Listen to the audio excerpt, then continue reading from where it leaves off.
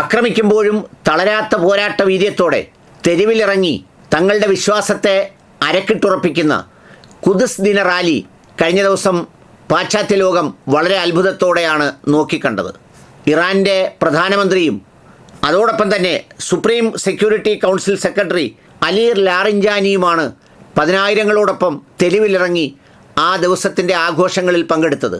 ചുറ്റുപാടുമുള്ള കെട്ടിടങ്ങൾ ആക്രമിക്കപ്പെടുമ്പോഴും തകർക്കപ്പെടുമ്പോഴും അല്ലെങ്കിൽ മറ്റു പലതരത്തിലുള്ള ആക്രമങ്ങൾക്കും തങ്ങൾ ഇരയാണെന്ന് തോന്നുമ്പോഴും ധൈര്യത്തോടെ സയനിസ്റ്റുകളെയും പാശ്ചാത്യ അധിനിവേശത്തെയും വെല്ലുവിളിച്ച് നിർഭയമായി തെരുവിലൂടെ ഒരു പ്രധാനമന്ത്രി നടന്നു നീങ്ങുക എന്ന് പറയുന്നൊരു കാഴ്ച ഒരു വശത്ത് നടക്കുമ്പോൾ, ബങ്കറിലാണോ ജർമ്മനിയിലാണോ എവിടെയാണെന്നറിയാതെ പരിക്ക് പറ്റിയെന്നും ഇല്ലെന്നും 6 വിരലിലുള്ള കൈ 5 വിരലായെന്നും അത് ആണെന്നും ജീവനോടെ ഇല്ലെന്നുമൊക്കെ പറഞ്ഞ് മറ്റെല്ലാ സംവിധാനങ്ങളുമുള്ള ഒരു രാജ്യത്തിൻ്റെ ഭരണാധികാരി എവിടെയെന്നറിയാതെ തിരയേണ്ടി വരുന്ന 2 കാഴ്ചകൾ മനുഷ്യജീവിതത്തിലെ മരണവും അതിജീവനവും വിജയവും എന്നൊക്കെ പറയുന്ന വാക്കുകളെ വിശ്വാസം കൊണ്ട് അടിവരയിടുന്നതിൻ്റെ വ്യത്യാസങ്ങളാണ് സമൂഹത്തിന് ബോധ്യപ്പെടുന്നത്.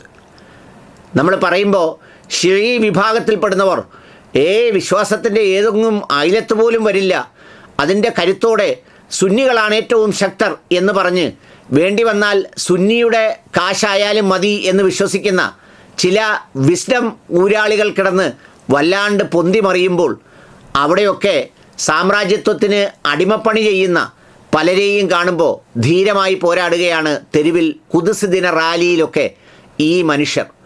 അതെ, ഇത് മനുഷ്യരെന്ന് മാത്രം നിങ്ങൾ കൂട്ടിയാൽ മതി, അവരുടെ ധൈര്യത്തെ നിങ്ങൾ കണ്ടാൽ മതി. അവരുടെ വിശ്വാസം അളക്കാൻ നിങ്ങളെ ആരും ചുമതലപ്പെടുത്തിയിട്ടില്ല.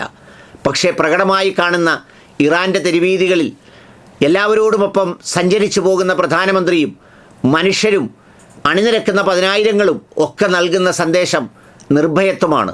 മരണത്തെ ഭയമില്ലെന്ന ഉറച്ച ബോധ്യമാണ്. മരണം വന്ന് പിടികൂടിയാലും അവസാന ശ്വാസം വരെ പോരാടുമെന്ന സന്ദേശമാണ്.